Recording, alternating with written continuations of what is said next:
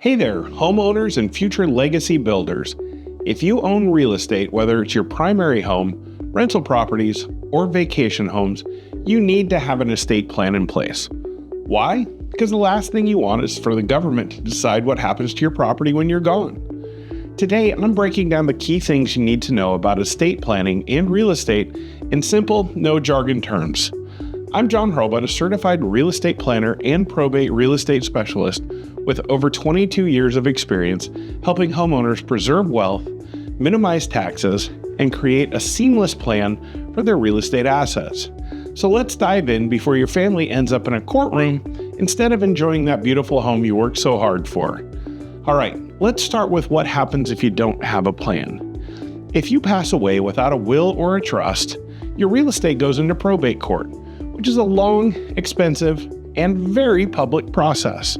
The state of Washington is very probate friendly, which means it takes less time in Washington typically to navigate probate than in a non-probate friendly state like, say, California. However, it does take time. Fun fact, probate can take 6 months to 2 years and cost your heirs 3 to 5% of your estate's value just in legal fees. That means if you own a $600,000 home, your family could be paying $18,000 to $30,000 just to get it transferred, and that's before taxes. So if you love the idea of your kids arguing in court instead of inheriting smoothly, by all means, skip estate planning. Just kidding. Please don't do that. The best way to avoid probate and keep control over your real estate is with a living trust.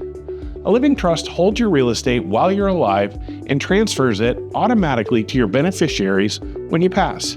No court fees, no months of waiting, no family drama, hopefully.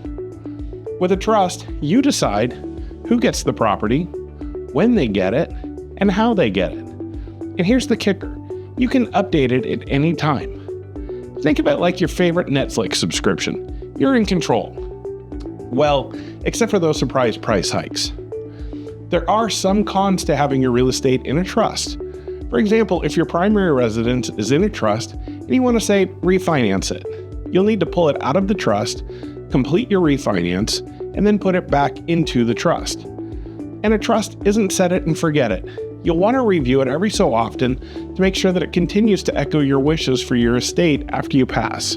Newsflash, we're all going, so you may as well make it as easy as possible on your heirs before you do. How does a trust help you save time in probate? Well, typically, even with a will, when you pass away, your heirs file for probate, you'll need to wait for letters testamentary or letters of administration before your heirs can dispose of your real property. This means that you have to file probate, agree to be the administrator or petitioner for probate, go in front of a judge, and get them to sign off on the process. Only after those letters testamentary or administration have been issued can you sell the real estate. However, if the real estate is in a trust, your family can execute your wishes in the trust immediately upon passing. A competent probate attorney can get your letters testamentary or administration within a couple of weeks here in Washington. That is time wasted. Now, let's talk about a wealth building secret, the 1031 exchange and step-up in basis combo. A 1031 exchange lets you defer capital gains taxes when selling an investment property by reinvesting in a new one. But the real magic happens when you pass away. If your heirs inherit your real estate, they get a step-up in basis, meaning they inherit it at today's market value, not the original price you paid.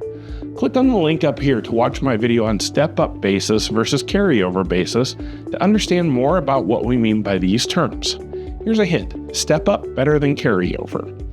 Example, you bought a rental for $200,000 and now it's worth $800,000. Normally, selling it would mean paying capital gains tax on $600,000. Yes, trolls, I know the math is more complicated than that, but this is a very general example.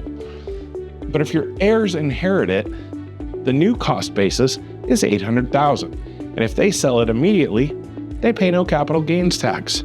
Now that's how you build generational wealth and keep Uncle Sam from taking a huge cut.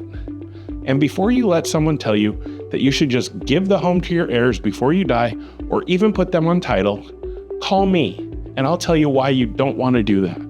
A good friend of mine just called me a week or so ago to let me know that his mom had passed away, and she had put he and his brother on title of a couple of her properties years ago.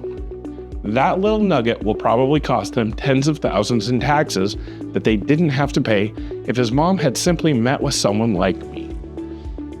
Some people think estate planning is just for millionaires, but if you own any real estate, you need a plan. Have kids or grandkids? A trust helps protect assets for them. Own rental properties? A trust avoids probate and smooths transition.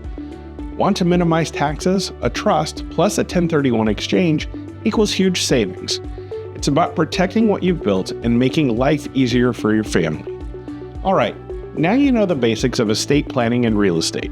Want a free estate planning real estate evaluation? Send me a message. Thinking about selling an investment property?